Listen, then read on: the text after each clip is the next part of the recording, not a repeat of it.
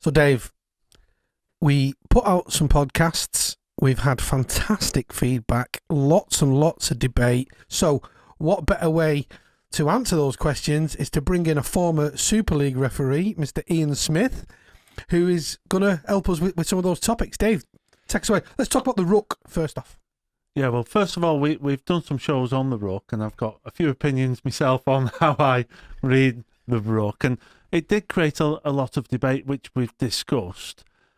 But what I'm particularly interested in is somebody said that it's changed from a contact sport to a contact and wrestle sport. And I thought that kind of sums up how this whole Ruck has evolved into.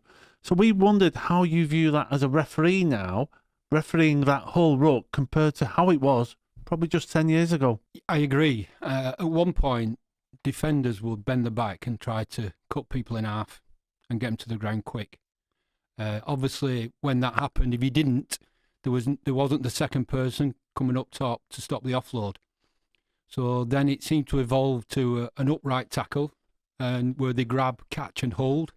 And if they can hold the ball carrier up longer, gives the defence a chance to get back to 10 and go forward. I know you definitely mentioned that the other time, Keith, and you're right. And there's 250 play the balls.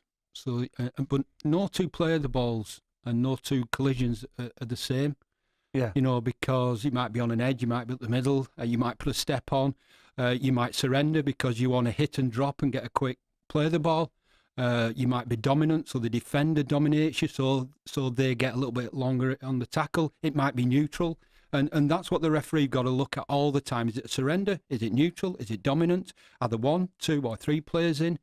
Are they catch and hold? Are they taking it to ground? And you've got to process all this information for when you call the tackle, when you call release, and what your expectations of the ball carriers, the defenders to do then. And that has to happen 250 times, and that's just in the play of the ball. You've still got all the collisions, you've still got all the offloads, the offsides, you know, and all the markers, and when the ball carry, when the tackle's completed, does he move off the mark? Does that then stuff the markers? Does he shorten the 10 because he takes a step forward? So does that mean they're at 9 rather than 10? Are you going to penalise these because the ball carrier has maybe took the markers out? And then you've got 1,100 passes and bang, bang, bang, bang, you've all these decisions. But ultimately, the ruck and the collision is the key fundamentals of rugby league, because it's like warfare, isn't it? Whoever dominates the ruck wins the game. So everybody's trying to wrestle, catch and hold, or hit and drop. And it's a referee to try to decipher all that information. You've pointed out that there's far more judgments now every tackle than there probably used to be, because how many people are in it, how long you're holding up, and so on. One thing that I don't particularly like of the modern ruck is, and you've touched upon that, is a defender's job now is to keep them in the air, not to put them on the floor, which is how it used to be. And therefore, the ball carrier is trying to do the opposite. You were carrying the ball in, you tried to stay on your feet, you didn't want someone to tackle you, where now you're thinking, initial contact, bump and drop to play the ball more quickly. One way of counteracting that you mentioned is surrender, called surrender tackle, in which case you allow holding down for longer, or dominant, where there's a dominant tackle. I believe, I understand that those exist, but I don't believe they're used enough. The referee will recognise whether it's surrender or dominant, and he will call it. You will hear all the time where the referee will shout surrender. And when it surrenders, that's basically telling the defenders that you can lock on and do not move until he calls move. And the referee will have a longer delay before he calls move. So you'll hear it. You'll hear surrender, move, where the other one is held, move. You know, there is a massive change, or dominant, move. And it's that longer pause.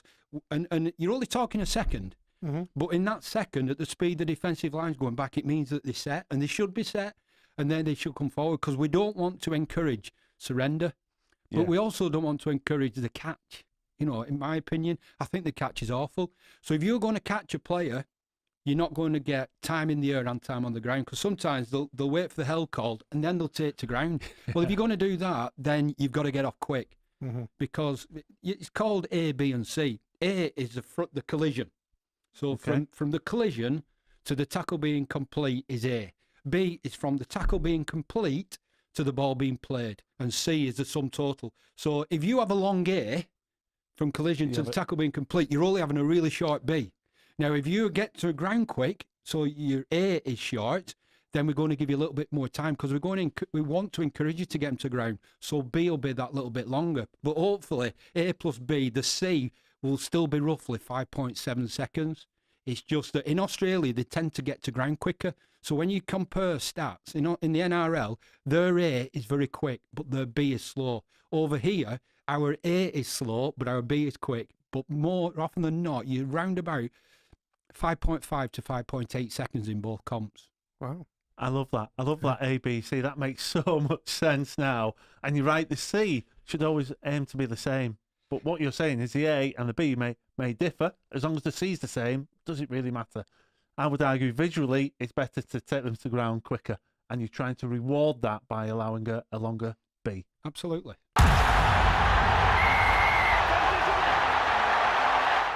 My name's Ian Smith, former Super League Rugby League referee, and you've just watched the Dockhouse Rugby Show. If you've liked what you've seen, please subscribe. Best wishes and keep watching.